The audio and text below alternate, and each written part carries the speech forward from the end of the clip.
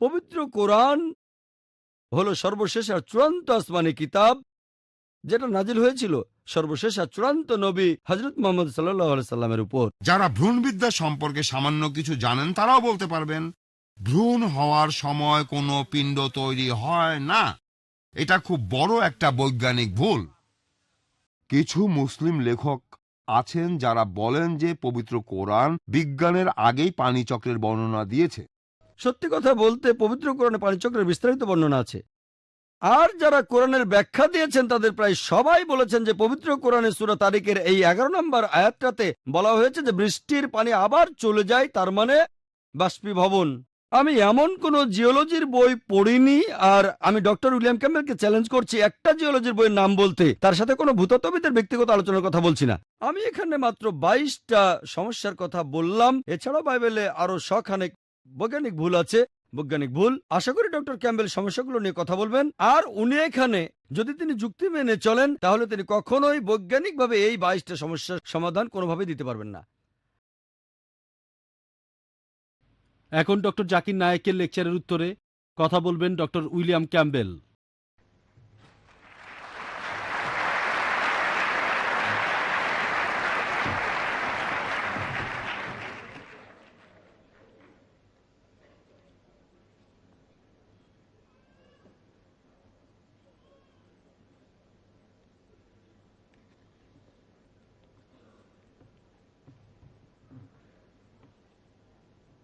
Doctor Naik বেশ কিছু গুরুতর সমস্যার কথা বলেছেন। আমি তার সাথে একমত নই। উনি কোরআনের আলাকা আর মুতগা সম্পর্কে যে ব্যাখ্যা দিলেন, আমার মতে এটা আসলে একটা সমস্যা। তবে সেটা ওনার কথা আর এটা আমার কথা। আপনারা শ্রোতারা এখানে বিচার করবেন কোনটা ঠিক। ডক্টর নায়েক বললেন যে তিনি এখন পর্যন্ত কোনো লোককে দেখেননি যে বাইবেলের পরীক্ষাটা দিয়েছে।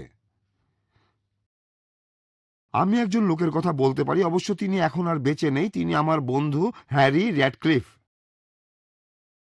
তিনি মরক্কোর দক্ষিণে একটা শহরে বাস করতেন, আর সেখানে একজন লোক হ্যারির বন্ধু ছিল। সেই লোক হ্যারিকে দাওয়াত করল ডিনারের জন্য। সেই লোক হ্যারির স্ত্রী আর ছেলেকেও দাওয়াত দিল। হ্যারি সেই দাওয়াতে যেতে রাজি হলো। এমন সময় একজন লোক হ্যারিকে জানালো যে তার খাবারে বিষ মেশানো থাকবে। তারপর তারা গেল। আপনি যে অনুচ্ছেদটা বললেন হ্যারি সেটা জানতো। হ্যারি ঠিক করলো সে যাবে, কারণ সে কথা দিয়েছে। হ্যারি দাওয়াতে গেল। লোকটা হ্যারিকে খুসখুস খেতে দিল। হ্যারি সুযোগ খুঁজছিল লোকটা বাইরে কোথাও গেলে সে প্লেটটা বদলে দেবে, কিন্তু হ্যারি কোনো সুযোগ পেল না। তাই হ্যারি সেই খাবারটাই খেয়ে ফেলল। কিন্তু হ্যারির স্ত্রী খাবার খুব একটা খেতে পারল না, আর তাদের ছেলে বাসা থেকে খেয়ে এসেছিল। কিন্তু হ্যারি সবই খেল। সেই রাতে হ্যারির পেটে খুব ব্যথা করল, মুখ দিয়ে রক্তও পড়ল, কিন্তু হ্যারি মরেনি। 2 দিন পরে হ্যারি সেই লোকের দরজায় কড়া নাড়ল। লোকটা দরজা খুলে হ্যারিকে দেখে একেবারে ফ্যাকাশে হয়ে গেল, আর হ্যারি তাকে ডিনারের জন্য ধন্যবাদ জানালো। আপনি বললেন তাই এই সম্পর্কে একটা উদাহরণ দিলাম। এরপর আপনি বললেন যে যিশুকে শুধুমাত্র পাঠানো হয়েছে ইহুদিদের জন্য। ইহুদিদের কাছে যাও, তুমি জেন্টাইলদের কাছে যেও না। কিন্তু পবিত্র কোরআনেই বলা আছে, সূরা মারিয়ামে আছে, একজন ফেরেশতা মরিয়মকে এসে বলল, 21 নম্বর আয়াতে আছে যে যীশু খ্রিস্ট মানুষের জন্য একটা নিদর্শন আর স্রষ্টার এক অনুগ্রহ। মার্কের 14 অধ্যায় 9 অনুচ্ছেদ। একজন মহিলা এসে যিশুর পায়ে তেল মাখালো। যিশু বললেন, এখন থেকে তোমরা পৃথিবীকে যেসব সুসংবাদ দেবে তার মধ্যে এই মহিলার কাজের কথাও থাকবে। ম্যাথিউর 28 অধ্যায়ে যিশু যখন স্বর্গে যাওয়ার জন্য তৈরি হচ্ছেন, তিনি শিষ্যদের বললেন, গসপেলগুলো পৃথিবীতে ছড়িয়ে দাও। এটা পরস্পর বিরোধী কথা নয়। তিনি তার শিষ্যদের বলেছিলেন, ইহুদিদের অনুসরণ করো, কারণ ইহুদিরা অনেক আশীর্বাদ পেয়েছে। একটা গল্প আছে, বাইবেলে আছে, এটাকে গল্প না বলে আসলে বলা উচিত ইতিহাস। যিশু একটা ডুমুর গাছের কাছে আসলেন। গাছটাতে 3 বছর ধরে কোনো ফল হচ্ছিল না। তাই লোকজন যিশুকে প্রশ্ন করলো, আমরা কি গাছটা কেটে ফেলবো? যিশু তখন উত্তরে বললেন যে না, গাছটাকে আরো 1 বছর পরিচর্যা করে দেখো কোনো ফল দেয় কি না। এসব আসলে রূপক কাহিনী ইসরায়েল সম্পর্কে। ইসরায়েলবাসীকে 3 বছর দীক্ষা দেওয়ার পর যিশু সেখানে আরো বছরখানেক ছিলেন। অন্য আরেকটা রূপকে আছে যে যিশু তার শিষ্যদের বললেন, তোমাদের কাছ থেকে ঈশ্বরের আশীর্বাদ কেড়ে নিয়ে জেন্টাইলদের দেয়া হবে।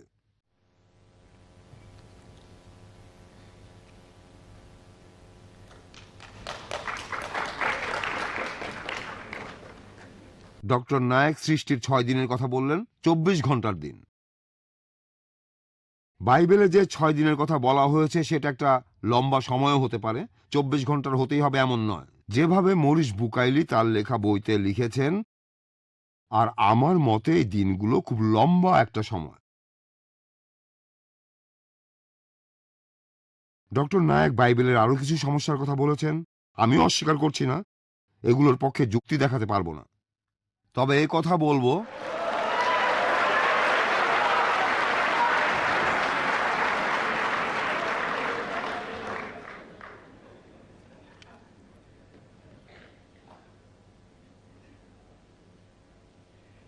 ডক্টর নায়েক এখানে 2 প্রকার পানির কথা বলেছেন, মিষ্টি পানি আর লোনা পানি। আমি ওনার এই ব্যাখ্যার সাথে একমত নই।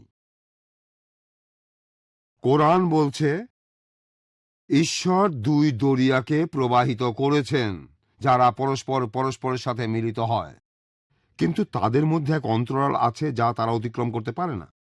সুতরাং তোমরা তোমাদের প্রতিপালকের কোন অনুগ্রহ অস্বীকার করবে?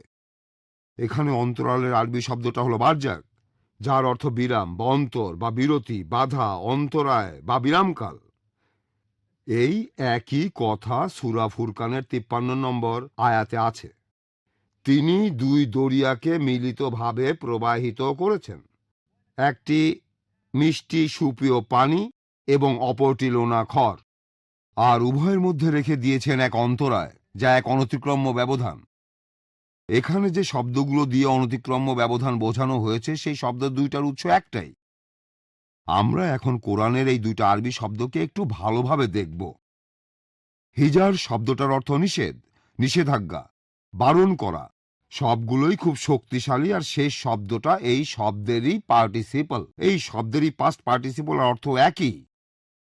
তাই শব্দ ধরে কেউ এটার অনুবাদ করলে দাঁড়াবে যে সৃষ্টিকর্তা উভয়ের মধ্যে রেখে দিয়েছেন এক অন্তরায় যা সম্পূর্ণভাবে নিষিদ্ধ। ডক্টর বুকাইলি এটা সংক্ষেপে আলোচনা করেছেন, আর তিনি সবশেষে স্বীকার করেছেন যে সমুদ্রে এই পানি মিশে যায়। আমার এক বিজ্ঞানী বন্ধু বলেছেন যে সমুদ্রের পানি নদীর পানি বিচ্ছিন্নভাবে আলাদা হয়ে থাকে। এই পানি 2টা আলাদাই থাকে, তবে কোনো অন্তরায় থাকে না। থার্মোডিনামিক্স বলে সমুদ্রের লোনা পানি আর নদীর মিষ্টি পানি খুব সহজেই একে অপরের সাথে মিশে যায়। একমাত্র অন্তরায় হয় সময়। লোনা পানির সাথে মিষ্টি পানি মিশে যেতে অনেক সময় লাগে। আমি এখানে আপনাদের একটা ছোট উদাহরণ দিতে পারবো। আমার এক বন্ধু থাকতো তিউনিসিয়ায়, আর তার পেশা ছিল অক্টোপাস শিকার করা। একবার আমি তার সাথে বের হলাম আর নৌকা থেকে লাফ দিয়ে সাগরে সাঁতার কাটছিলাম, আর তখনই সামনে একটা ছোট খাড়ি পড়ল। সে সময় খেয়াল করলাম যে উপরের পানিটা ঠান্ডা আর নিচের পানিটা গরম। আমি ভাবলাম এটা কিভাবে হলো, উপরের পানি ঠান্ডা আর নিচের পানি গরম। এরপরই বুঝলাম উপরের ঠান্ডা পানি এটা আসছে নদী থেকে, আর লোনা পানিটা ভারী, তাই সেটা নিচের দিকে চলে যাচ্ছে, আর ঠান্ডা মিষ্টি পানিটা রয়েছে উপরে। তাই এখানে আসলে কোনো অন্তরায় নেই।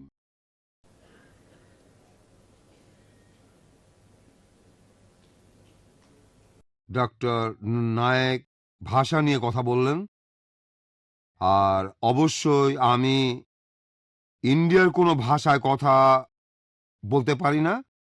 সত্যি বলতে আমেরিকার রেড ইন্ডিয়ানদের ভাষাতেও কথা বলতে পারি না, তাই আমেরিকার ইন্ডিয়ার মধ্যে কোনো পার্থক্য নেই। ডক্টর নায়েক এখানে বাইবেলের যে কথার উদ্ধৃতি দিয়েছেন যে যিশুর শিষ্যদের ভাষাগুলো দেওয়া হয়েছে নিদর্শন হিসেবে, আর এখানে সেই সব ভাষার কথাই বলা হয়েছে যেগুলোর সাথে তারা পরিচিত ছিল। এখানে কোনো অপরিচিত ভাষার কথা বলা হয়নি। কেউ যদি স্পেন থেকে আসতো তাহলে একজন শিষ্য তার সাথে স্প্যানিশ ভাষায় কথা বলতো। কেউ যদি তুরস্ক থেকে আসতো তাহলে অন্য আরেকজন শিষ্য সেই লোকের সাথে কথা বলতো তুর্কি ভাষায়।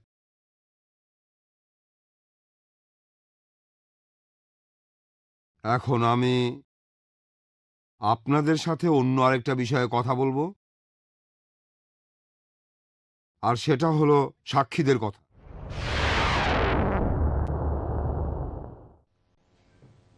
ডিউটারোনমিতে ঈশ্বর মুসাকে বলেছেন একজন নবীর বৈশিষ্ট্য হলো তার ভবিষ্যৎবাণী ফলে যাবে। এলাইজা, এখানে দৃষ্টান্ত কোরআনের ভাষা ইলিয়াস। তিনি রাজার কাছে গিয়ে বললেন যে আমি আদেশ না দিলে বৃষ্টি হবে না। তারপর 6 মাস কোনো বৃষ্টি হলো না, 1 বছর বৃষ্টি নেই। একবার তিউনিসিয়ায় 1 বছর বৃষ্টি হয়নি, 2 বছর বৃষ্টি হলো না, 3 বছর গেল, 3.5 বছর গেল। তখন এলাইজা রাজার কাছে গেলেন আর বললেন আমাদের প্রতিযোগিতা হোক। তারা তখন কার্মেল পাহাড়ে উঠে প্রতিযোগিতায় নামল, আর রাজা হেরে গেল। কোরআনেও আছে নবী ইলিয়াস রাজার সাথে প্রতিদ্বন্দ্বিতায় জিতে গিয়েছিলেন। তারপর এলাইজা সেখানে হাঁটু গেড়ে বসলেন আর বৃষ্টির জন্য প্রার্থনা করলেন। তারপর বৃষ্টি হলো। এখানে এলাইজা হলেন প্রথম সাক্ষী। তিনি বলেছেন আমার আদেশ ছাড়া বৃষ্টি হবে না। এখানে তিনিই প্রথম সাক্ষী। যখন ঈশ্বর পৃথিবীতে বৃষ্টি নামালেন, এলাইজা তখন হাঁটু গেড়ে বসেছিলেন। ঈশ্বর এখানে দ্বিতীয় সাক্ষী। আরেকটা উদাহরণ আছে আইজায়ায় খ্রিস্টপূর্ব 750 সালে। ইহুদিদের নির্বাসনে পাঠানো হয়েছিল, ভবিষ্যৎবাণীটা ছিল তাদের নির্বাসনে পাঠানো হবে। তারপর সাইরাস তাদের ফিরিয়ে আনবে। এই সাইরাসটা আবার কে? এর 250 বছর পরে সাইরাস নামে পারস্য দেশের এক রাজা ইহুদিদের ইসরায়েলে ফেরত পাঠালেন, প্যালেস্টাইনে ফেরত পাঠালেন। আর লন্ডনের সাইরাস সিলিন্ডারেও একই কথা লেখা রয়েছে। এখন আমাদের প্রশ্ন হলো, যিশু কি ভবিষ্যৎবাণী করেছিলেন? তিনি কি অলৌকিক কিছু করেছেন? তার ভবিষ্যৎবাণী কি ফলেছিল?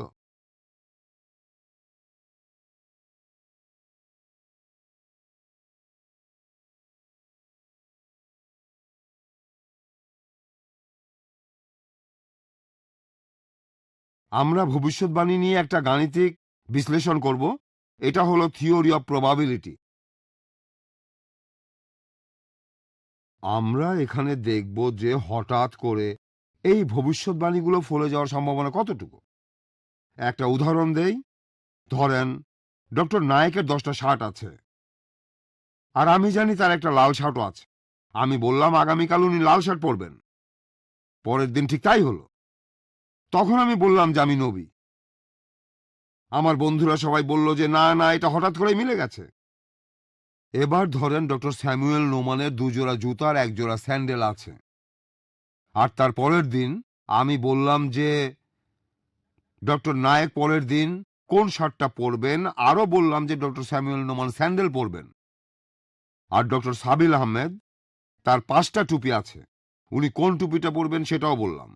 এখন আমার সব কথাগুলোই যে হঠাৎ করে মিলে যাবে সেটার সম্ভাবনা কতটুকু? চলে গেছে। যাই হোক, ঠিক আছে। এখন গুণ করেন 1/10, গুণ 1/5, গুণ 1/3, তাহলে আপনারা পেলেন 1/150। আর এটাই হলো আমার কথাগুলো ফলে যাওয়ার সম্ভাবনা। স্লাইড প্রজেক্টরটা এবার বন্ধ করে দিন প্লিজ। মানে স্ক্রিনটা বন্ধ করেন।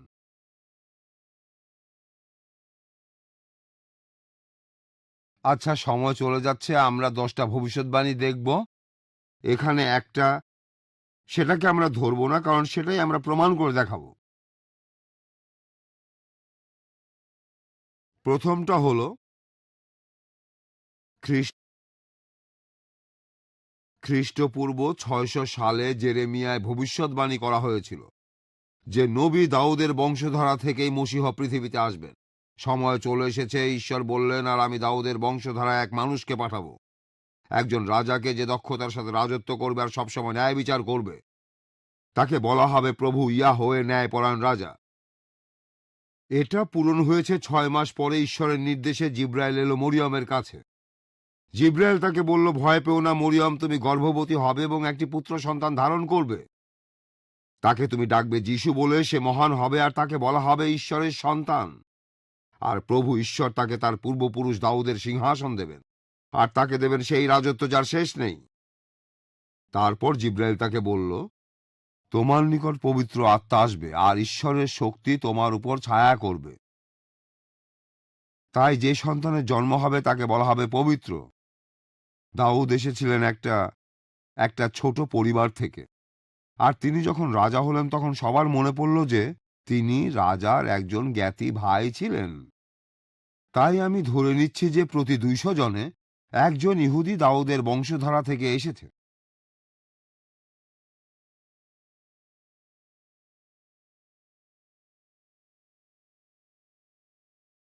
দ্বিতীয় ভবিষ্যৎবাণী। বেথেলহেমে একজন চিরজীবী রাজা জন্মগ্রহণ করবেন। মাইকা খ্রিস্টপূর্ব 750 সালে। কিন্তু তোমরা হে বেথেলহেম এফরাটা, তুমি জিহুদার সবচেয়ে ছোট শহর তোমার পরিবার অনুযায়ী, কিন্তু আমার জন্য ইসরায়েলের শাসক তোমার মধ্য থেকেই বেরিয়ে আসবে, যার উৎপত্তি প্রাচীনকাল থেকে, বহু প্রাচীনকাল থেকে। জোসেফ আর মেরি নাজারেথ শহরে থাকতেন। তখন অগাস্টাস সিজারের একটা আদেশের কারণে জোসেফ মেরিকে তার নিজের শহর বেথেলেমে নিয়ে গেলেন। পূরণ হয়েছে এভাবে জোসেফ গ্যালিলি ছেড়ে, নাজারেথ শহর ছেড়ে জুদেয়ায় চলে আসলেন, দাউদের শহরে, যাকে বলা হতো বেথেলহেম, কারণ তিনি জন্মগ্রহণ করেছিলেন দাউদের বংশলতিকায়। আর তারা যখন সেখানে পৌঁছল, মেরি প্রথম পুত্র সন্তানের জন্ম দিলেন। এখন বেথেলহেমে জন্মানোর সম্ভাবনা কতটুকু ছিল? মাইকায়ের সময় থেকে তখন পর্যন্ত পৃথিবীতে মানুষ জন্মেছিল প্রায় 200 কোটি, আর বেথেলহেমের লোক সংখ্যা ছিল 7,000। তাই প্রতি 2,80,000-এ একজন বেথেলহেমে জন্মেছিলেন। তৃতীয় ভবিষ্যৎবাণী। মসিহের রাস্তা তৈরি করার জন্য একজন দূত পাঠাবো। এটা আছে মেলাখাই 3 অধ্যায়ের 1 অনুচ্ছেদে, খ্রিস্টপূর্ব 400 সালে। দেখো, আমি আমার বার্তাবাহককে পাঠাচ্ছি, সে আমার আগে আমার জন্য পথ পরিষ্কার করবে। তোমরা যে প্রভুর অন্বেষণ করছো, তিনি হঠাৎ তার মন্দিরে আসবেন। নতুন চুক্তির বার্তাবাহক যাকে তোমরা চাও, তিনি আসছেন। প্রভু সর্বশক্তিমান বলেন। আর জনের গসপেলে পরের দিন জন অব দ্য ব্যাপটিস্ট ইয়াহিয়া ভবনে জাকারিয়া যিশুকে তার কাছে আসতে দেখলেন আর বললেন, দেখো, ঈশ্বরের মেষশাবক, যিনি পৃথিবীর সব পাপ ভার নিয়ে যাবেন, ইনি সেই ব্যক্তি যার কথা আমি বলেছিলাম। আমার পরে এমন এক ব্যক্তি আসছেন যিনি আমার উপরে, কেননা তিনি আমার পূর্বেও ছিলেন। আর কোরআনেও এ কথা উল্লেখ আছে সূরা আল ইমরানের 39 থেকে 45 নম্বর আয়াতে, যে ইয়াহিয়া আসবেন, তিনি হবেন ঈশ্বরের বাণীর সমর্থক। তার নাম হবে ঈসা মসীহ, মরিয়ম তনয়। এখন কতজন নেতার আগেও একজন নেতা ছিল আমি জানি না, তবে ধরে নিচ্ছি প্রতি 1000-এ একজন নেতার আগেও আরেকজন নেতা ছিল।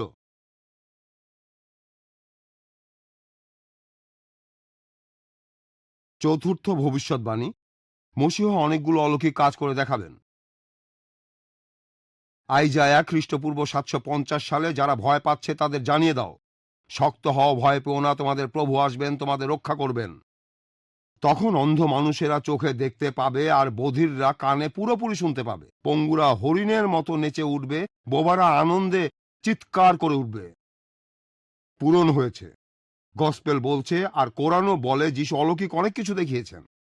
বাইবেলে মাত্র 4 জন নবীর কথা আছে যারা অলৌকিক কাজ করেছেন: মুসা, এলাইজা, এলাইশা, যিশু। আর শুধু যিশুই এই ভবিষ্যৎবাণীর সবগুলো অলৌকিক কাজ করে দেখিয়েছেন। মাঝে মধ্যে তার কাছে যারা এসেছে সবাইকে সুস্থ করেছেন। এখন অনেক মুসলিম বিশ্বাস করেন পৃথিবীতে 1,24,000 নবী এসেছেন। আমরা এই সংখ্যাটাই নেব আর বলবো যে যিশু এই 1,24,000 জনের মধ্যে একজন। পঞ্চম ভবিষ্যৎবাণী। সেটা হলো এইসব নিদর্শন সত্ত্বেও তার ভাইরা তার বিরুদ্ধে যাবে। খ্রিস্টপূর্ব 1000 সালের সামে উল্লেখ আছে, আমি আমার ভাইদের কাছে অপরিচিত, মায়ের সন্তানের কাছে বিদেশী। আর গসপেল অব জনে আছে, তার ভাইয়েরা তাকে জুদেয়ায় চলে যেতে বলল, কারণ ভাইয়েরাও তাকে বিশ্বাস করত না। এখন প্রশ্ন হতে পারে, কতজন শাসকের পরিবার তাদের বিপক্ষে চলে যায়? অবশ্য অনেক রাজাকেই সিংহাসনচ্যুত করেছে তার আত্মীয় স্বজনরাই। তাই এখানে সংখ্যাটা বলবো 1/5, অর্থাৎ প্রতি 5 জনের মধ্যে একজন।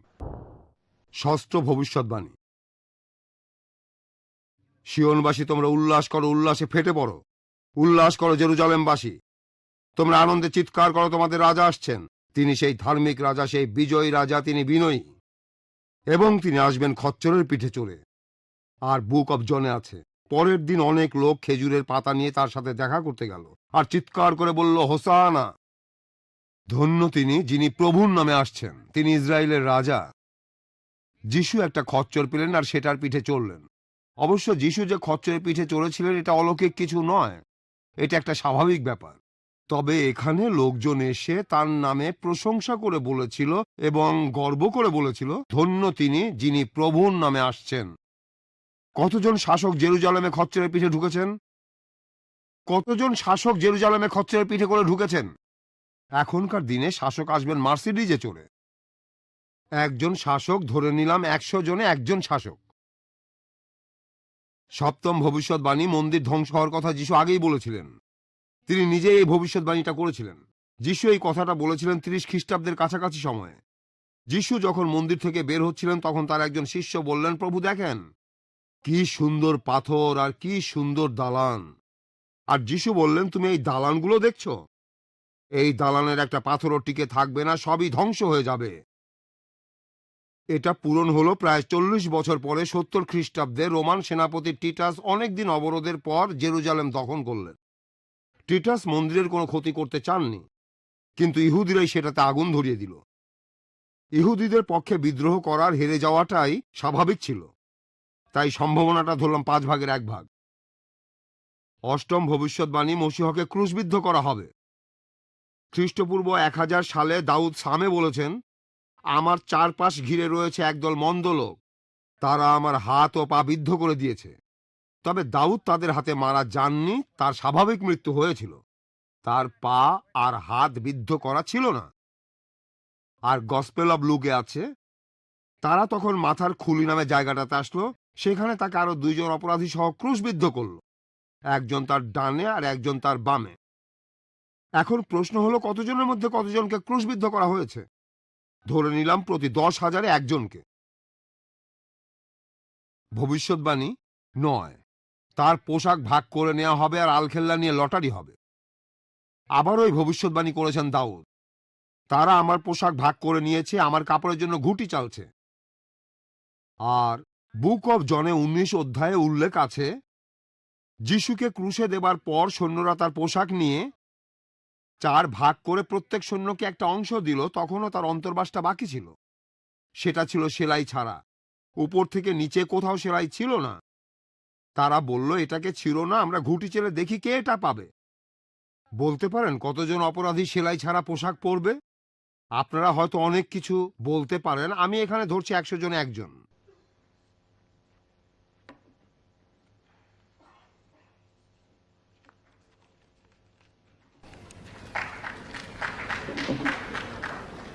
দশম ভবিষ্যৎবাণী। নিষ্পাপ হওয়া সত্ত্বেও তার মৃত্যুর সময় তিনি অসৎ আর ধনীদের মাঝে থাকবেন। আইজায় আছে, খ্রিস্টপূর্ব 750 সালে তার মৃত্যু হবে এবং তাকে ধনী ও অসৎ লোকদের সাথে সমাহিত করা হয়েছিল। সে হিংস্রতা করেনি, কেউ প্রতারিত হয়নি, তাকে রীতিভঙ্গের অভিযোগে অভিযুক্ত করা হবে। আর মার্কের 15 নম্বর অধ্যায়ে আছে, তারা 2 জন দস্যুকে তার সাথে ক্রুশবিদ্ধ করেছিল। ম্যাথিউয়ের 27 অধ্যায়ে আছে, সন্ধ্যায় অ্যারিমেথিয়া থেকে এক ধনী এলো, যার নাম যোসেফ, যিশুর একজন শিষ্য। পাইলটের কাছে গিয়ে সে যিশুর মৃতদেহটা চাইল। যোসেফ একটা লিনেন চাদরে তার দেহটা জড়ালেন এবং নতুন সমাধিতে রাখলেন। এখন কতজন সাজাপ্রাপ্ত আসামি নিষ্পাপ ছিলেন? আমি এখানে ধরেছি 10 জন একজন। তারপর কতজন নিষ্পাপ আর কতজন আসামির সমাধি হয় ধনীদের সাথে? আমি এখানে ধরলাম 100 জন একজন। তাহলে এটা হবে 1000 একজন। পরবর্তী ভবিষ্যৎবাণী, তিনি মৃত অবস্থা থেকে আবার জীবিত হবেন। আইজায়ায় আছে, কারণ সে জীবিতদের দেশ থেকে বিচ্ছিন্ন হয়েছিল, আমার লোকদের পাপের জন্য সে শাস্তি পেয়েছিল। সে তার সন্তানদের মুখ দেখবে এবং দীর্ঘদিন বাঁচবে। এখানে ভবিষ্যৎবাণী করা হয়েছে যে তিনি আবার জীবিত হবেন। গসপেল অফ লুকে আছে যিশু তাদের সবার সামনে আসলেন আর বললেন তোমাদের শান্তি হোক। তারপর 1 করিন্থিয়ানের 15 নম্বর অধ্যায়ে সেন্ট পল বলেছেন যিশু প্রথমে পিটারের সামনে আসলেন, তারপর 12 জনের সামনে, তারপর তিনি একই সময়ে 500 জনের বেশি জ্ঞাতি ভাইদের সামনে আসলেন যাদের অধিকাংশই জীবিত, তারপর জেমসের সামনে যিশুর সৎ ভাই, তারপর সব শিষ্যদের সামনে। তবে এই ব্যাপারটাকে এখন গুরুত্ব না দিলেই চলবে। এখন আমরা সম্ভাবনাটা হিসাব করব।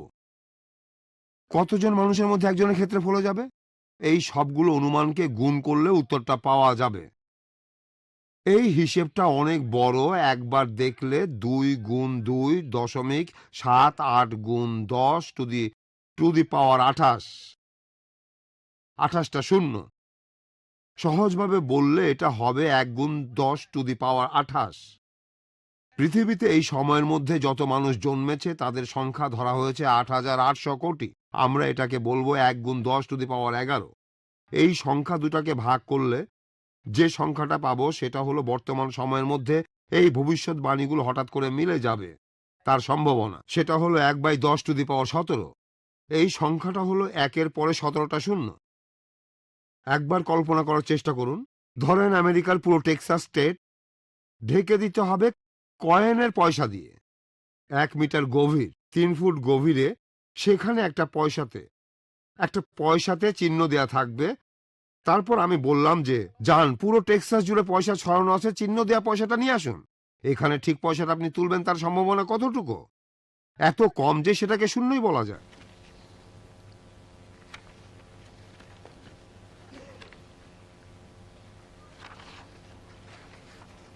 এখানে একটা সমস্যা হয়েছে, 1 মিনিট। এছাড়া আরো অনেক ভবিষ্যৎবাণী আছে। এখান থেকে বোঝা যায় যে নবী দাউদ অথবা আইজায়া ছিলেন প্রথম সাক্ষী। ঈশ্বর সেটা সত্যি করেছেন, তিনি হলেন দ্বিতীয় সাক্ষী। আর ঈশ্বরের নির্দেশে যিশুর শিষ্যরা এগুলো লিখে রেখেছেন। এটাই প্রমাণ করে যে বাইবেল ঈশ্বরের বাণী ইয়াহওয়ে এলোহিমের কাছ থেকে এসেছে। গসপেল বলছে যিশু ঈশ্বরের কাছ থেকে এসেছেন আর আমাদের পাপের জন্য শাস্তি ভোগ করছেন। এটা শুভ সংবাদ।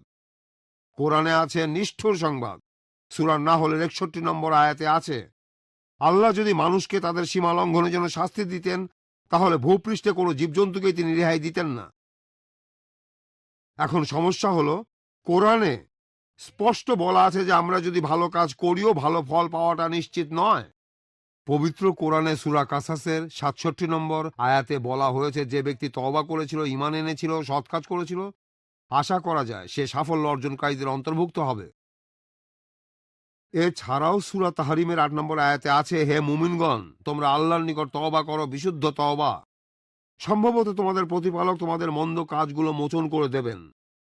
সূরা তওবার 18 নম্বর আয়াতে উল্লেখ আছে যারা আল্লাহর মসজিদের রক্ষণাবেক্ষণ করবে, যারা ঈমান আনে আল্লাহ ও আখিরাতে এবং সালাত কায়েম করে, যাকাত দেয় এবং আল্লাহ ব্যতীত অন্য কাহাকে ভয় করে না, আশা করা যায় তারাই হবে সৎ পথ প্রাপ্ত। সবশেষে এই কথাটা স্পষ্ট বলা আছে যে আল্লাহকে বিশ্বাস করবে না সে অবশ্যই দোজখে যাবে।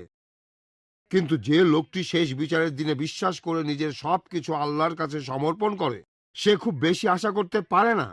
এটুকুই আশা করতে পারে যে সে আশীর্বাদ প্রাপ্তদের মধ্যে থাকতেও পারে। এটা নিষ্ঠুর সংবাদ। আর আপনারা দেখুন ডিকশনারিতে আরবি আল আসহান শব্দটার অর্থ দেখবেন যে হতে পারে, করতে পারে, সম্ভবত, হয়তো। আর অক্সফোর্ড ডিকশনারি ইংরেজি থেকে আরবিতে পারহ্যাপস শব্দটার আরবি আসহান। এটা সত্যি হতে পারে, তবে নিষ্ঠুর। আর অন্যদিকে গসপেলে আছে সুসংবাদ। যিশু বলেছেন আমি তোমাদের সেবা নিতে আসিনি, সেবা করতে এসেছি, তোমাদের পাপের প্রায়শ্চিত্ত করতে এসেছি। আর এছাড়াও সেন্ট পল বলেছেন তুমি যদি মুখে যিশুকে প্রভু বলে স্বীকার করো এবং বিশ্বাস করো যে ঈশ্বর তাকে মৃত থেকে জীবিত করেছেন তাহলে তুমি পরিত্রাণ পাবে, নিশ্চিত। এটা খুবই সুন্দর শুভ সংবাদ। ভবিষ্যৎবাণীগুলো সত্যি হয়ে যাওয়াই এটার প্রমাণ। যিশু মৃত থেকে জীবিত হওয়ার পর 500-এরও বেশি মানুষ তাকে দেখেছে। অনেক প্রত্নতাত্ত্বিক আবিষ্কারও বাইবেলের পক্ষে কথা বলছে।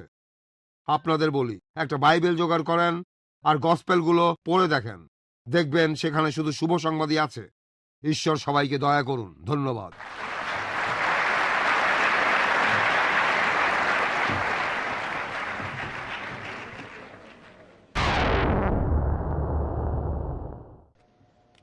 এবারে আমি আমন্ত্রণ জানাবো ডক্টর ক্যাম্বেলের কথার উত্তর দিতে ডক্টর জাকির নায়েককে।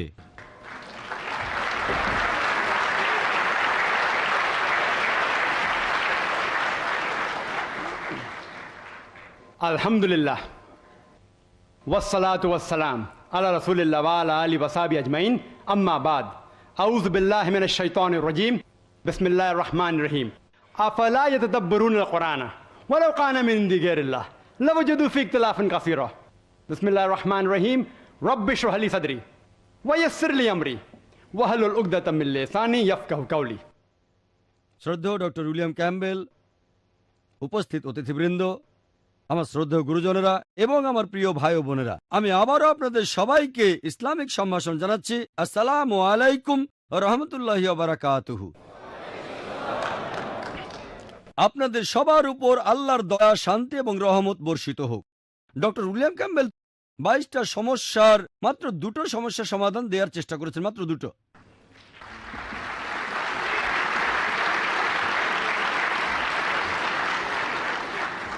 প্রথম সমস্যার উত্তরে তিনি বললেন যে তার মতে বাইবেলে যে দিনের কথা বলা হয়েছে সেটা নাকি অনেক লম্বা একটা সময়। আমি আগে আমার লেকচারে বলেছি, যদি আপনি ধরে নেন কোরআনের মতো এখানেও দিনগুলো লম্বা সময়, তাহলে মাত্র দুটো সমস্যার সমাধান দিতে পারবেন।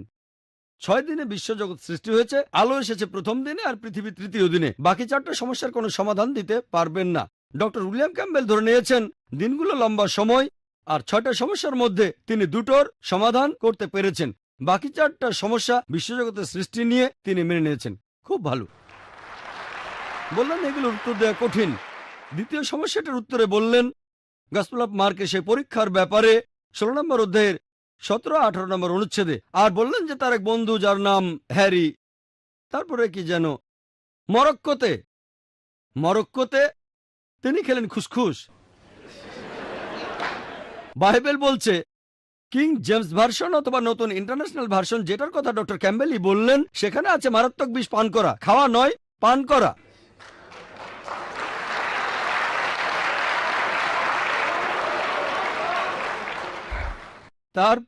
তারপরও কোনো সমস্যা নেই যদি কেউ মারাত্মক বিষ খেয়ে থাকে, সমস্যা নেই। কিন্তু চিন্তা করুন, মরক্কোতে একজন লোক, আমি জানি পৃথিবীতে 200 কোটি খ্রিস্টান আছে, কেউ পরীক্ষা দিতে আসেনি, 200 কোটি খ্রিস্টানের একজনও না। আর আমি ভেবেছিলাম ডক্টর ক্যাম্বেল সত্যিকার খ্রিস্টান বিশ্বাসী, বলেছিলাম তাকে পরীক্ষায় পাশ করার জন্য, তার বন্ধুকে না, যিনি এখন বেঁচে নেই।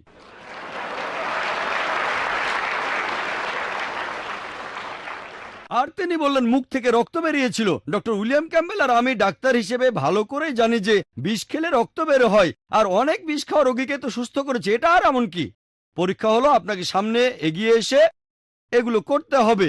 আর তাছাড়াও আপনি বিদেশি ভাষায় কথা বলতে পারবেন। ডক্টর উইলিয়াম ক্যাম্বেল বললেন যে সে সময় আপনারা যদি মার্কের 16 নম্বর অধ্যায়ে দেখেন, সে সময়ের লোকেরা তারা বিভিন্ন ভাষায় কথা বলতো, বিদেশি ভাষা। ডক্টর উইলিয়াম ক্যাম্বেল জানেন না যে এখানে অনেক ইন্ডিয়ান আছেন, তাদের অনেকে গুজরাটি জানেন, মারাঠি, এমনকি আমিও জানি। সোচে কি বুঝবেন যদি আমি অন্য কোনো ভাষায় বলি? নির্কুট তামিল? উত্তর নেই।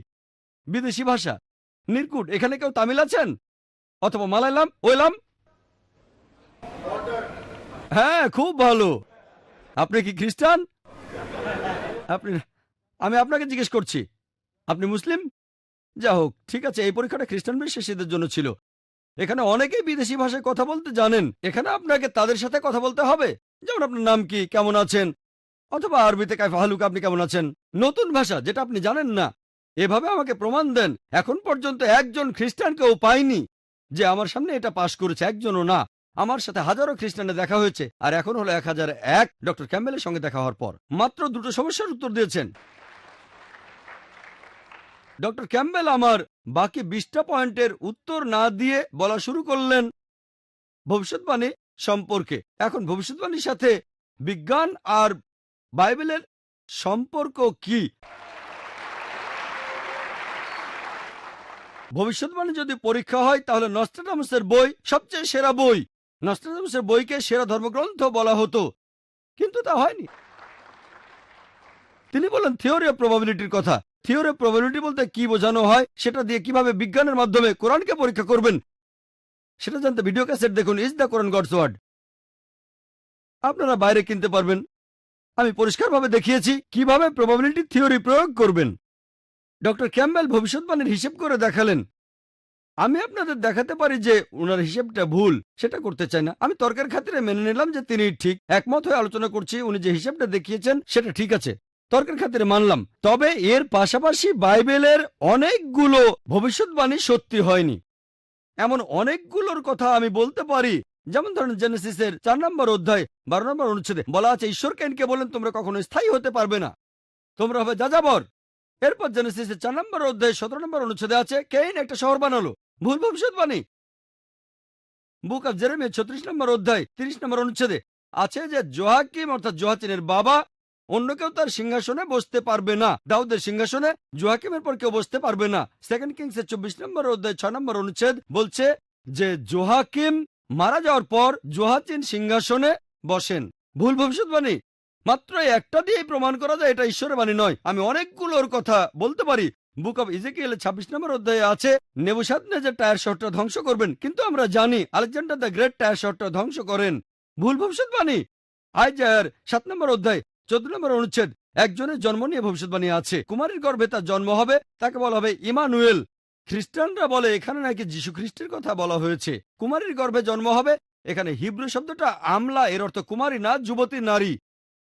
কুমারী শব্দটা হিব্রু ভাষায় হবে বেথুলা, এখানে সেটা নেই। তারপরে মেনে নিলাম, একমত হয়ে আলোচনা করছি, মেনে নিলাম কুমারী, কুমারী সমস্যা নেই। এখানে আছে তাকে বলা হবে ইমানুয়েল। বাইবেলের কোন জায়গায় যীশু খ্রিস্টকে ইমানুয়েল বলে কখনো ডাকা হয়নি, ভবিষ্যৎবাণী ভুল। আমি এখানে অনেকগুলো ভুল ভবিষ্যৎবাণীর কথা বলতে পারি, একটা দিয়ে প্রমাণ করা যায় যে বাইবেলে ভুল আছে। আমি কয়েকটার কথা বললাম। এই থিওরি অফ প্রবাবিলিটি বলে যে বাইবেল ঈশ্বরের কাছ থেকে আসেনি।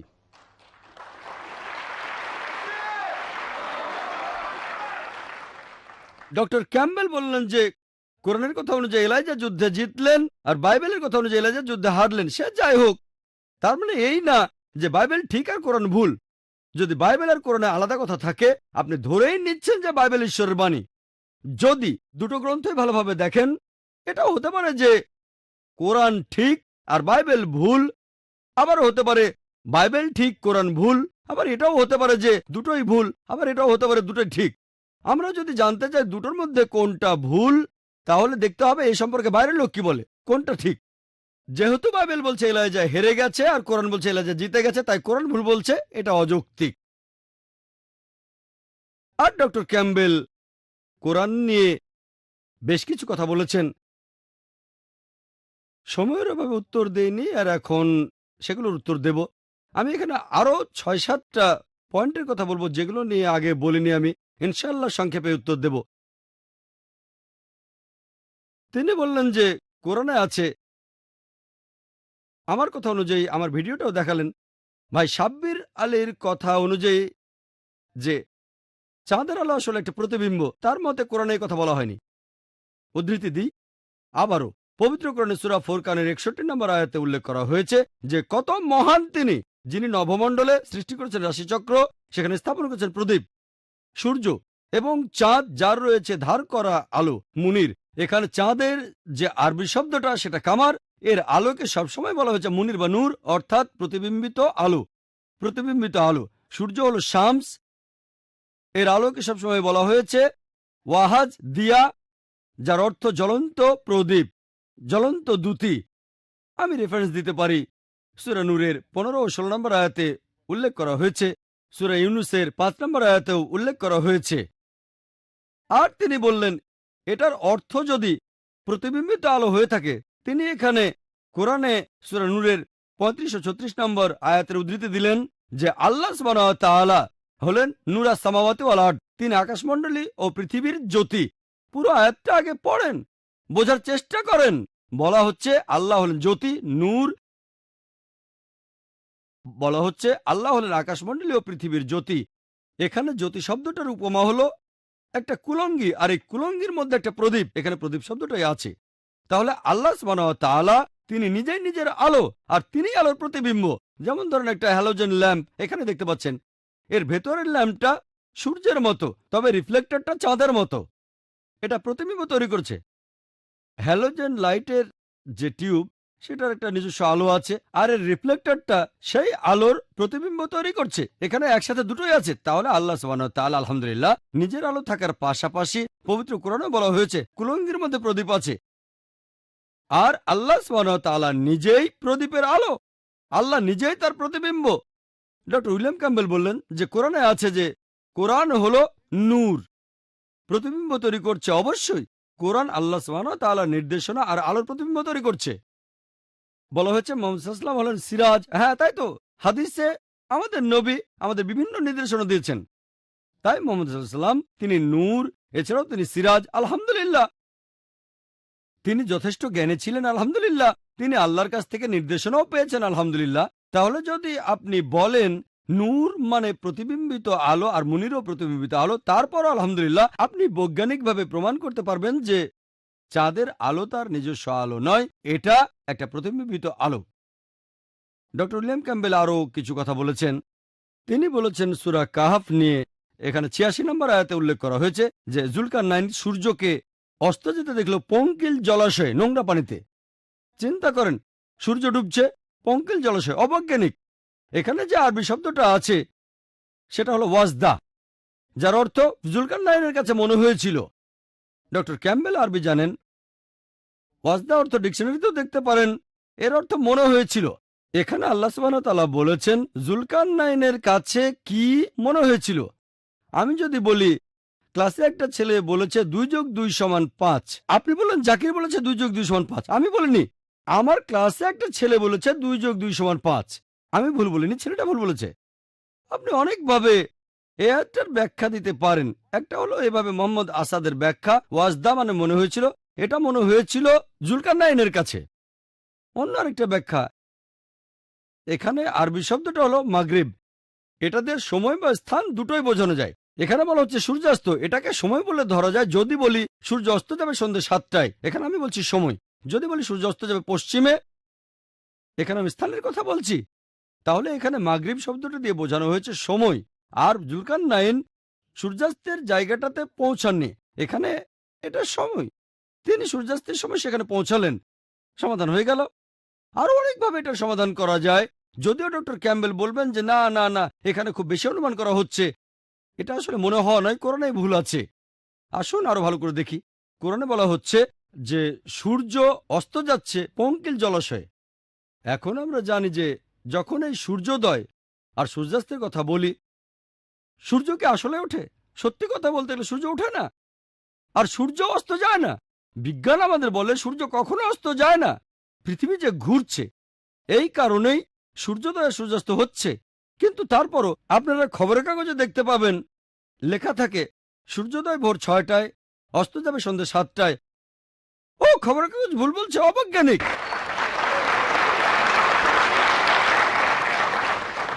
আমি যদি বলি ডিজাস্টার, একটা ডিজাস্টার হয়েছে। ডিজাস্টার মানে কোনো একটা দুর্ঘটনা বা বিপর্যয়। ডিজাস্টারের শাব্দিক অর্থ হচ্ছে মানে শয়তান নক্ষত্র। কিন্তু আমি ডিজাস্টার বললে সবাই বুঝবে একটা বিপর্যয়ের কথা বলছি, শয়তান নক্ষত্র বোঝাচ্ছি না। ডক্টর উইলিয়াম ক্যাম্বেল আর আমি জানি যে কোনো পাগল লোককে আমরা লুনাটিক বলি, ঠিক না ভুল? অন্ততপক্ষে আমি জানি, আর আমি বিশ্বাস করি ডক্টর উইলিয়াম ক্যাম্বেল শব্দটা জানেন। যদি কাউকে লুনাটিক বলেন, সে পাগল। লুনাটিকের শাব্দিক অর্থ কি? এর অর্থ হলো চন্দ্রাহত। তবে এইভাবেই ভাষার বিবর্তন হয়েছে। একইভাবে সূর্যোদয় এই শব্দটা আমরা সবাই ব্যবহারে অভ্যস্ত, আর আল্লাহ মানব জাতিকে নির্দেশনা দিচ্ছেন, তিনি শব্দটা বলেছেন যাতে আমরা বুঝতে পারি। তাই শব্দটা হলো সূর্যাস্ত, আসলে অস্ত যাচ্ছে না আর উদয়ও হচ্ছে না। তাহলে এভাবে ব্যাখ্যা করে পরিষ্কারভাবে বোঝানো যায় যে এই কথাটা পবিত্র কোরআনে সূরা কাহাফের ৮৬ নম্বর আয়াতে বিজ্ঞানের সাথে সামঞ্জস্যহীন কিছু কথা বলা হয়নি। এভাবে আমরা মানুষরা কথা বলে অভ্যস্ত। ডক্টর ক্যাম্বেল বললেন সূরা ফুরকানের ৪৫ ও ৪৬ নম্বর আয়াতে উল্লেখ করা হয়েছে যে আল্লাহ ছায়াকে লম্বা ও প্রসারিত করেন, তিনি এটাকে স্থির রাখতে পারতেন। সূর্য এটার নির্দেশক। আর তার বইয়ে তিনি বলেছেন সূর্যকে নড়াচড়া করে। এই আয়াতের কোথায় সেটা বলা আছে? সূরা ফুরকানের ৪৫ ও ৪৬ নম্বর আয়াতে স্পষ্ট করে লেখা আছে সূর্য গতিশীলের কথা বলা হয়নি। তিনি তার বইয়ে লিখেছেন আমরা এটা প্রাইমারি স্কুলে পড়েছি, আর ওনার লেকচারও বললেন পৃথিবী যে ঘুরছে এই কারণেই আমাদের ছায়া কখনো বড় আর কখনো ছোট হচ্ছে। তবে কোরআনে বলা হচ্ছে যে সূর্য হলো এর নির্দেশক। আজকের দিনে যে লোকটা প্রাইমারি স্কুলও পাশ করেনি সেও জানে যে ছায়া হচ্ছে সূর্যের কারণে। এমনকি যে লোকটা কখনো স্কুলে যায়নি সেও জানে সূর্যের কারণে ছায়া তৈরি হয়। তাহলে কোরআন ঠিকই বলছে, এখানে বলা হচ্ছে না যে সূর্য গতিশীল সেজন্য ছায়া তৈরি হয়। উনি কোরআনের মধ্যে নিজের কথা ঢোকাচ্ছেন। সূর্য এটা নির্দেশক, নির্দেশ দিচ্ছে ছায়াকে। সূর্যের আলো না থাকলে আমরা ছায়া পাবো না। এই লাইটে অবশ্য ছায়া পড়বে, সেটা আলাদা কথা। তবে এখানে সেই ছায়ার কথা বলা হচ্ছে যে ছায়াটা আকার পরিবর্তন করে, লম্বা আর ছোট হয়। ডক্টর উইলিয়াম ক্যাম্বেল সুলাইমানের মৃত্যু নিয়ে বললেন, পবিত্র কোরআনে সূরা সাবার 12 থেকে 14 নম্বর আয়াত উল্লেখ করে বললেন, চিন্তা করেন একজন লাঠিতে ভর দিয়ে আছে আর মারা গেল কিন্তু কেউ টের পেল না, ইত্যাদি। অনেকভাবে এটার ব্যাখ্যা দেওয়া যায়। 1 নম্বর পয়েন্ট, সুলাইমান আলাইহিস সালাম আল্লাহর নবী ছিলেন। এটা একটা অলৌকিক কাজ হতে পারে। যখন বাইবেল বলছে যে যীশু খ্রিস্ট বা ঈসা আলাইহিস সালাম মৃতকে জীবিত করতে পারতেন, তিনি কুমারী মায়ের গর্ভে জন্মেছিলেন, কোনটা চিন্তা করা বেশি কঠিন?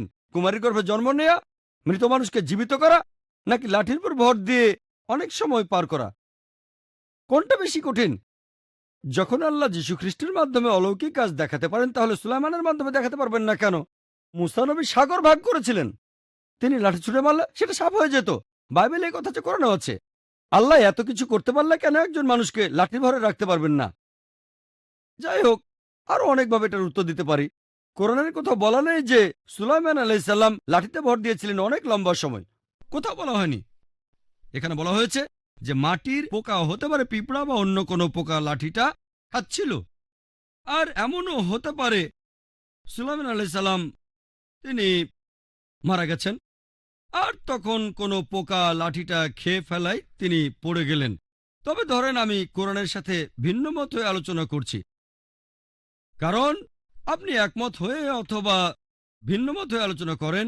আমি কোরআন একটা আয়াত বলেছিলাম, সূরা নিসার 82 নম্বর আয়াতে উল্লেখ করা হয়েছে, আফালা ইয়াতাদাব্বারুনাল কুরআন ওয়ালাউ কানা মিন ইনদি গায়রিল্লাহ লাওয়াজাদু ফি ইখতিলাফান কাসীরা। তবে কি তারা কোরআন সম্বন্ধে অনুধাবন করে না? এটা যদি আল্লাহ ব্যতীত অন্য কারণে উঠতে আসতো তাহলে এতে অনেক অসঙ্গতি থাকতো।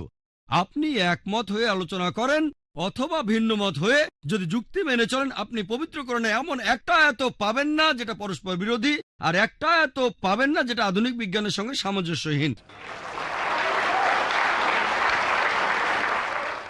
ডক্টর ক্যাম্বেলের কথা মেনে নিলাম যে সুলাইমান লম্বা সময় দাঁড়িয়েছিলেন। উত্তরটাও এই আয়াতগুলোতে আছে যে যখন সুলাইমান আলাইহিস সালাম পড়ে গেলেন, জিনরা তখন বলল যে যদি তারা জানতো যে সুলাইমান আলাইহিস সালাম মারা গেছেন তাহলে তারা এই শাস্তি ভোগ করত না। এর অর্থ হলো যে এমনকি জিনেরাও, তাদেরও ইলমে গায়েব নেই, তারাও অদৃশ্য জানতে পারে না। জিনেরা নিজেদের অনেক বড় মনে করেছিল, আল্লাহ তাদের বুঝিয়ে দিলেন যে এমনকি তাদেরও, জিনদেরও ইলমে গায়েব নেই। ডক্টর ক্যাম্বেল এরপর বলেছেন দুই তৈরি হওয়া নিয়ে। সূরা নাহলের 66 নম্বর আয়াতের কথা বলেছেন, প্রথম যে লোক রক্তের সঞ্চালন নিয়ে কথা বলেছেন তিনি ইবনে নাফিস, কোরআন নাজিল হওয়ার 600 বছর পরে। আর এর 400 বছর পরে উইলিয়াম হার্ভে এই জ্ঞানটা পশ্চিমে নিয়ে এলেন, অর্থাৎ কোরআন নাজিল হওয়ার 1000 বছর পরে। আমরা যে খাবার খাই সেগুলো অন্ত্রে যায়, আর অন্ত্র থেকে খাবার শরীরের বিভিন্ন স্থানে যায়, রক্তের মধ্যেও যায়, আবার অনেক সময় লিভারের মধ্যেও যায়। খাবার এখান থেকে স্তনগ্রন্থিতেও যায়, আর সেখান থেকে দুধ উৎপন্ন হয়। পবিত্র কোরআনের ভেতরে আধুনিক বিজ্ঞানের এই কথাটা সংক্ষেপে সূরা নাহলের 66 নম্বর আয়াতে উল্লেখ করা হয়েছে যে অবশ্যই গবাদি পশুর মধ্যে তোমাদের জন্য শিক্ষা রয়েছে, তোমরা সেটাই পান করবে যা উহাদের উদরে অবস্থিত। তাদের উদরস্থিত গোবর এবং রক্তের মধ্যে হতে তোমাদেরকে পান করায় বিশুদ্ধ দুধ, যা পানকারীদের জন্য সুস্বাদু। আলহামদুলিল্লাহ, আমরা কিছুদিন আগে জানতে পেরেছি, বিজ্ঞানে কিছুদিন আগে মানে 50 বছর আগে, 100 বছর আগে কোরআনে এই কথাগুলো বলা হয়েছে। 1400 বছর আগে পবিত্র কোরআনে সূরা মুমিনুনের 21 নম্বর আয়াত একই কথার উল্লেখ আছে। ডক্টর উইলিয়াম ক্যাম্বেল পশু পাখির সম্প্রদায় নিয়েও কিছু কথা বললেন। সূরা আনামের 38 নম্বর আয়াতে বলা হয়েছে, ভূপৃষ্ঠে বিচরণকারী এমন জীব নেই অথবা নিজ ডানার সাহায্যে এমন কোনো পাখি উড়ে না যারা তোমাদের মতো একটা সম্প্রদায়। আর ডক্টর উইলিয়াম ক্যাম্বেল বললেন, স্ত্রী মাকড়সা পুরুষ মাকড়সাকে মেরে ফেলে। আমরা কি মেরে ফেলি? সিংহ এটা করে, হাতি ওটা করে। তিনি এখানে ব্যবহারের কথা বলছেন, কোরআন এখানে ব্যবহারের কথা বলছে না। ডক্টর উইলিয়াম ক্যাম্বেল যদি কোরআন বুঝতে না পারেন, তার মানে এই না যে কোরআন ভুল। কোরআন বলছে তারা সম্প্রদায়ে বসবাস করে, তার অর্থ জীবজন্তু আর পশু পাখি দলবদ্ধ হয়ে থাকে, সমাজবদ্ধ হয়ে, আমাদের মানুষদের মতো। এখানে কোনো ব্যবহারের কথা বলা হয়নি।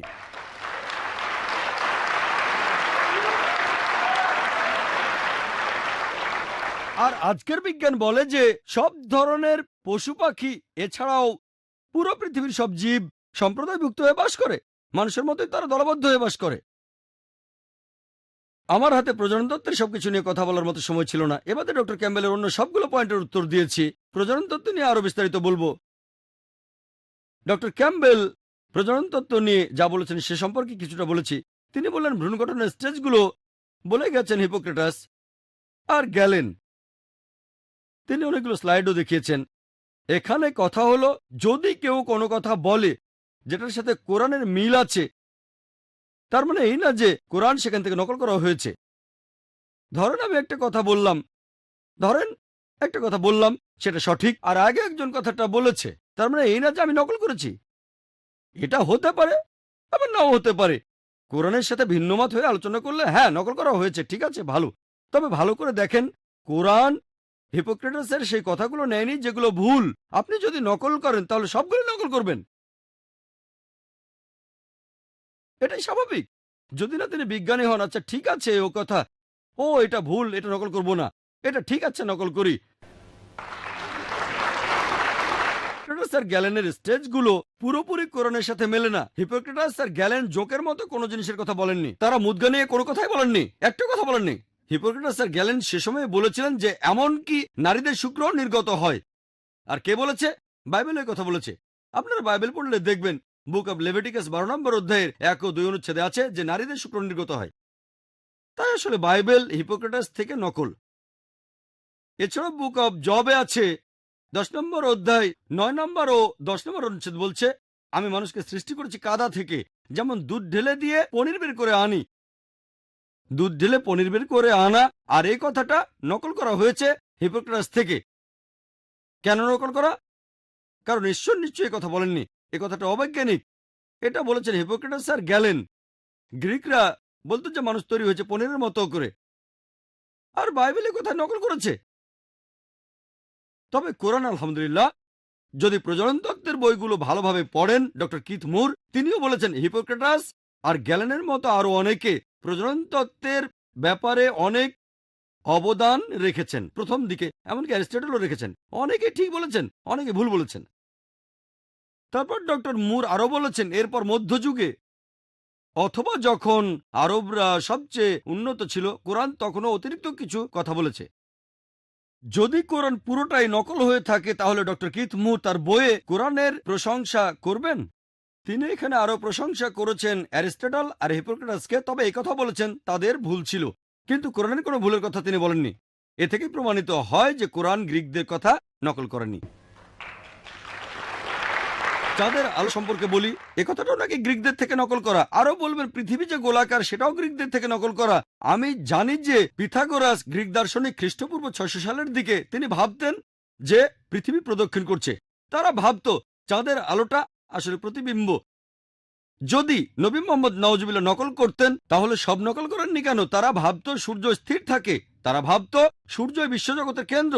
তাহলে মোহাম্মদ কেন ঠিক জিনিসটা নকল করলেন আর ভুল জিনিসটা ফেলে দিলেন? এটাই প্রমাণিত হয় যে মোহাম্মদ সাল্লাল্লাহু আলাইহি সাল্লাম নকল করেননি। ডক্টর ক্যাম্বেল একটা লিস্ট দিয়েছেন যে প্রথমে গ্রিক থেকে সিরিয়াক, সিরিয়াক থেকে আরবি। সে এক বিশাল গবেষণা। কোরআনের মাত্র একটা আয়াত দিয়ে প্রমাণ করা যায়। পবিত্র কোরআনে সূরা আনকাবুতের 48 নম্বর আয়াতে উল্লেখ করা হয়েছে যে তুমি তো এর আগে কোনো কিতাব পাঠ করনি এবং তোমার নিজের হাতে কোনো কিতাবও লেখনি। আর যদি এরকম হতো তাহলে মিথ্যাচারীরা সন্দেহ পোষণ করত নবী মুহাম্মদ ছিলেন উম্মি, তিনি ছিলেন নিরক্ষর। ইতিহাসের এই সত্যটা দিয়ে প্রমাণ করা যায় যে তিনি কোনো জায়গা থেকে চুরি করেননি। যথেষ্ট। চিন্তা করেন, যে বিজ্ঞানী খুবই শিক্ষিত তিনিও এই কাজ করতে পারেন না, কিন্তু সর্বশক্তিমান আল্লাহ তার শেষ নবীকে বানিয়েছেন একজন উম্মি, যাতে করে মিথ্যাচারীরা সন্দেহ না করে। যারা ইসলামের বিরুদ্ধে বই লেখে তারা মুখ খুলতে পারে না, নবীজি উম্মি ছিলেন। আর বাইবেল সম্পর্কে আমি আরো কিছু কথা বলতে পারি। কোরআনের বিরুদ্ধে ওনার সব অভিযোগের উত্তর আমি দিয়েছি, আলহামদুলিল্লাহ একটা পয়েন্টও তিনি প্রমাণ করতে পারেননি। কোরআন বিজ্ঞানের বিরুদ্ধে যায় আর আমার দুটোর উত্তর দিয়েছেন, সমাধান হয়নি। তাই 22টা সমস্যাই এখনো আছে বাকি, যে বাইবেল আধুনিক বিজ্ঞানের সাথে সামঞ্জস্যপূর্ণ নয়। 23 নম্বর পয়েন্ট, প্রাণীবিজ্ঞানের ক্ষেত্রে এটার উল্লেখ আছে লেভিটিকাসের 11 নম্বর অধ্যায়ের 6 নম্বর অনুচ্ছেদে, যে খরগোশ গরুর মতো জাবর কাটে। আগেকার দিনে মানুষ এমনটাই জানতো, এখন আমরা জানি যে খরগোশ জাবর কাটে না, আর খরগোশের পাকস্থলীতেও কোনো প্রকোষ্ঠ নেই। এছাড়াও আছে প্রভার্বের 6 নম্বর অধ্যায়ের 7 নম্বর অনুচ্ছেদে, যে পিঁপড়াদের কোনো শাসক নেই, কর্তা নেই, প্রধান নেই। এখন আমরা জানি যে পিঁপড়া একটা বুদ্ধিমান কীট, তারা ভাগাভাগি করে তাদের কাজ করে। তাদের সমাজে আছে প্রধান, আছে ফোরম্যান, আছে শ্রমিক, এমনকি একজন রানীও আছে, একজন শাসকও আছে। তাই বাইবেল এখানে অবৈজ্ঞানিক। এছাড়াও উল্লেখ আছে জেনেসিসের 3 নম্বর অধ্যায়ের 14 নম্বর অনুচ্ছেদে, আইজার 60 নম্বর অধ্যায়ের 25 নম্বর অনুচ্ছেদে, যে সাপ ধুলো খায়। প্রাণীবিদ্যার কোনো বই বলে না যে সাপ ধুলো খায়। বুক অব লেভিটিকাসের 11 অধ্যায়ের 20 অনুচ্ছেদে আছে, যেসব প্রাণীকে তোমরা ঘৃণা করবে, 4 পায়ের পাখি, এদেরকে ঘৃণা করতে হবে। কিছু বিশেষজ্ঞ বলেন হিব্রু উপশব্দের সঠিক অনুবাদ পাখি নয়, কিং জেমস ভার্সনে এটা কীটপতঙ্গ যারা উড়তে পারে, আর নতুন ইন্টারন্যাশনাল ভার্সনে যে প্রাণীটা উড়তে পারে। তবে এখানে বলা আছে সেই সব কীটপতঙ্গ যাদের 4টি পা আছে তাদের তোমরা ঘৃণা করো, এদেরকে পরিহার করো। আমি ডক্টর উইলিয়াম ক্যাম্বেলকে প্রশ্ন করব, কোন কীটের 4টা পা? এমনকি যে ছেলেটা প্রাইমারি স্কুল পাশ করেছে সেও জানে কীটপতঙ্গের 6টা পা। পৃথিবীতে এমন কোনো পাখি নেই, এমন কোনো উড়ন্ত প্রাণী নেই, এমন কোনো প্রাণী নেই যার 4টা পা আছে। এছাড়াও বাইবেলে কাল্পনিক কিছু প্রাণীর কথা, রূপকথার কিছু প্রাণীর কথা উল্লেখ আছে, যেন বাস্তবে সেগুলো আছে। যেমন ধরেন ইউনিকর্ন, এটার উল্লেখ আছে বুক অব আইজায় 34 নম্বর অধ্যায়ের 7 নম্বর অনুচ্ছেদে। ইউনিকর্নের কথা বলা হয়েছে যেন সেগুলো আসলেই আছে। ডিকশনারিতে দেখবেন ইউনিকর্ন হলো সেই প্রাণী যার ঘোড়ার মতো শরীর আর মাথায় একটা শিং। এমন কোনো প্রাণী বাস্তবে নেই। আমার সময় প্রায় শেষ। আমার কথায় যদি খ্রিস্টান ভাই বোনদেরকে আহত হয়ে থাকেন সেজন্য ক্ষমা চাচ্ছি, আমার উদ্দেশ্য সেটা ছিল না।